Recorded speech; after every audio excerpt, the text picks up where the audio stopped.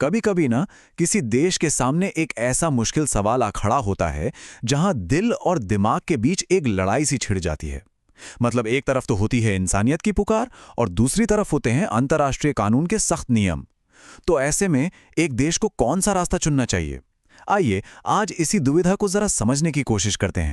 चलिए इसको एक असल सिचुएशन से समझते हैं। सोचिए किसी पड़ोसी देश में एक अल्पसंख्यक समुदाय के व्यक्ति की बेरहमी से हत्या कर दी जाती है। अब इस खबर से देश में गुस्सा और दुख की एक लहर दौड़ जाती है। तो सवाल ये उठता है कि एक देश के तौर पर सही रिएक्शन क्या होना चाहिए। यही वो बड़ा सवाल है जिसका जवाब हम आज ढूंढने की कोशिश करेंगे। तो सबसे पहले बात करते हैं एक नैतिक प्रश्न की। देखिए, किसी भी अंतर्राष्ट्रीय मुद्दे को समझने से पहले हमें उसके मानवीय पहलू को देखना बहुत जरूरी है। आखिर हर कानून और हर नीति इंसानों के लिए ही तो बनती है। तो चलिए पहले इस मामले की जो भावनात्मक सच्चाई है उसे समझते हैं। ये पूरी बहस शुरू हुई हाल ही में बांग्लादेश में हुई एक दुखद घटना से। दीपू चंद्र दास, एक हिंदू युवक जिनकी एक हिंसक भीड़ ने हत्या कर दी। इस घटना ने भारत में लोगों को सच में झकझोर कर रख दिया और कई मुश्किल सवाल खड़े कर दिए। देखिए, इस घटना का जो नैतिक पक्ष है ना, वो एकदम साफ है। किसी भी सभ्य समाज में ये बात बर्दाश्त नहीं की जा सकती कि किसी की जान सिर्फ उसके धर्म की वजह से ले ली जाए। ये इंसानियत का एक बिल्कुल बुनियादी सिद्धांत है जिसे कोई भी नजरअंदाज कर ही नहीं सकता। ये एक ऐसा सच है जो हर देश और हर संस्कृति पर लागू होता है। तो जब भारत के नागरिक इस घटना के खिलाफ आवाज उठाते हैं तो वो सिर्फ अपनी भावनाएं नहीं जाहिर कर रहे होते। इसी को कहते हैं नैतिक एकजुटता। ये किसी दूसरे देश के आंतरिक मामलों में दखलंदाजी नहीं है, बल्कि ये दुनिया में कहीं भी हो रहे अन्याय के खिलाफ खड़े होने की एक नैतिक जिम्मेदारी है। सेक्शन 2, नागरिक बनाम राष्ट्र। अब यहां पर कहानी में एक बहुत दिलचस्प मोड़ आता है। जो एक आम नागरिक महसूस करता है और जो एक सरकार को करना पड़ता है, उन दोनों में एक बहुत बड़ा फर्क होता है। और ये फर्क है भावनाओं और जिम्मेदारियों के बीच का। तो यहां हमें दो अलग अलग नजरिए देखने को मिलते हैं। एक आम नागरिक का गुस्सा और दुख उसकी भावनाओं और नैतिकता से जुड़ा होता है, लेकिन एक सरकार को सिर्फ भावनाओं के आधार पर फैसले लेने की आज़ादी नहीं होती। उसे अंतर्राष्ट्रीय कानून, डिप्लोमैटिक रिश्ते और अपने हर कदम के दूर तक जाने वाले नतीजों के बारे में भी सोचना पड़ता है। दोनों ही नजरिए अपनी अपनी जगह सही हैं, लेकिन उनकी भूमिकाएं और जिम्मेदारियां बिल्कुल अलग अलग हैं। सेक्शन 3, संबंधों के नियम।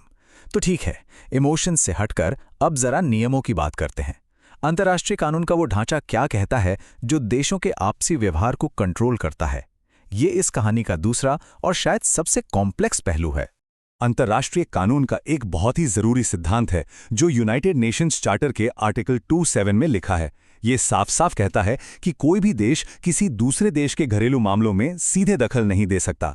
ये नियम दुनिया भर के देशों के बीच शांति और स्थिरता बनाए रखने के लिए बनाया गया है। और देखिए, इस नियम के पीछे एक बहुत ही सॉलिड वजह है।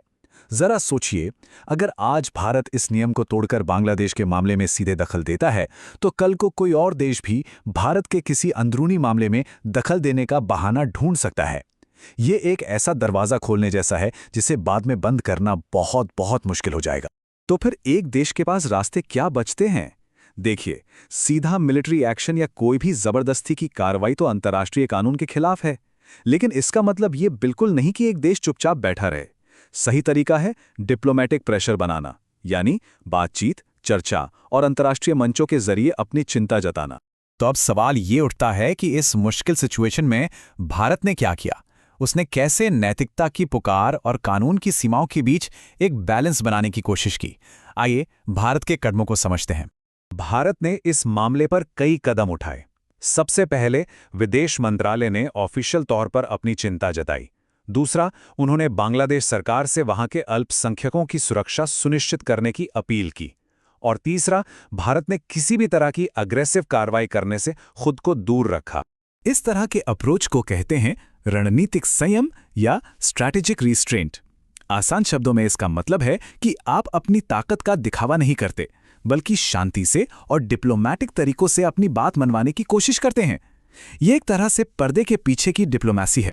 और भारत का ये कदम जो है ना, वो इसकी पड़ोसी पहले की विदेश नीति का एक अहम हिस्सा है। इस नीति का मेन गोल है अपने सभी पड़ोसी देशों के साथ अच्छे और स्थिर रिश्ते बनाए रखना। जाहिर है, किसी भी तरह की आक्रामक कार्रवाई इन संबंधों को बिगाड़ सकती थी। तो अब इस पूरी कहानी का सार क्या है? हम एक ऐसे पॉइंट पर पहुंचते हैं जहां एक देश को एक बहुत ही पतली रस्सी पर चलना होता है।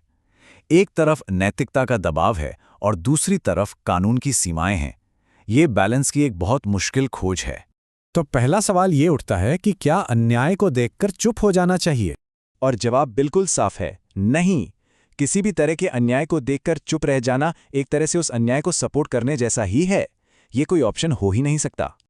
लेकिन फिर दूसरा सवाल आता है, क्या भावनाओं में बहकर अंतर्राष्ट्रीय नियमों को तोड़ देना सही है? इसका जवाब भी उतना ही साफ है, बिल्कुल नहीं।